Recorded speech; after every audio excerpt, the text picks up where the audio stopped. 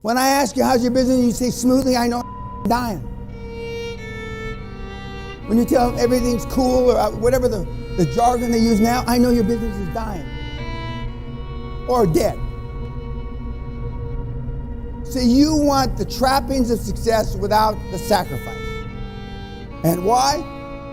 Because the little success that you've seen in your family life, i.e. your parents or your extended family, it's been normal. It's the white picket fence in the old days. Guys wanted to be married with 2.4 kids, 1.3 dogs, and a white picket fence, and have a vacation home someplace. And in New Zealand, some university student said, a Beamer, let's see, it's a BMW, right? A Beamer with a something, and they got little formulas, the millennials. Their definition of success. My definition of success is much money. I wanted to choke. So I know guys that have choked on cocaine. I wanted to choke swallowing money. I wanted to die with $1,000 bills running out my ass and out my nostrils, but not because I used it as a nostril. By the way, everybody deserves to be born. And we're going to show the other ones that should have rolled down the inside of their mama's leg that they shouldn't have been born, because we're going to take all their money legally, morally, and ethically. At the end of every crisis, since Cain and Abel, let's go back before that. Since Adam and Eve, there are people that benefit from the apocalypse and the majority don't, correct? This is our time. We're going to ride, if we were in the seminar room, which we're not, I keep on pointing and there's a picture. We're going to ride like the 4 horsemen of the apocalypse. And we're going to take their money morally, legally, and ethically. You either want to be liked or you want to be effective. It's your question and it's you to answer. You want to be liked or you want to be effective. Everybody in this room is a pleaser at one degree or another. I've been called a lot of things in my 75 years. But I can guarantee you one of them isn't a pleaser. Some people say QLA is going out of your way to piss on people and take their money and they breathe. That's a little harsh, but true.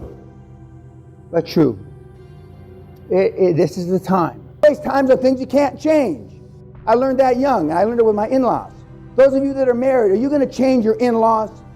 Are you going to change your mother-in-law and your father-in-law? No way ever, correct? They're still hoping and praying that who you marry is going to change you. Don't waste time on things you can't change, that you have no influence over, or even things that you have influence.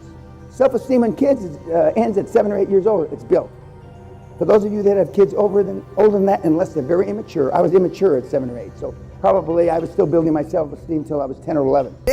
Serious money, I mean serious money, never spent time with their families, by definition. I wish it weren't so, Joe. I wish it weren't so, but that is. J. Paul Getty, the first billionaire on the planet, supposedly. Anybody. And you have good relations. You know, you're the one that had good relations with his parents, remember? I'll never forget that as long as I live.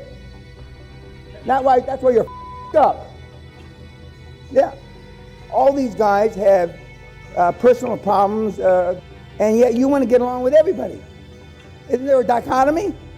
Do you see it? The difference between how a high performance, in Steve Jobs' case, a super high performance person reacts, and you. Being a pedophile, well, yeah, but it's like raising kids. Unless you ask your children the exact right question, they don't consider lying to you. And you know that. But when you pin them down, and then finally our youngest son, Derek, okay, Dad, you got me. Okay. Because the next question is going to be this, right? Which is the right question. I said, yeah, we get it.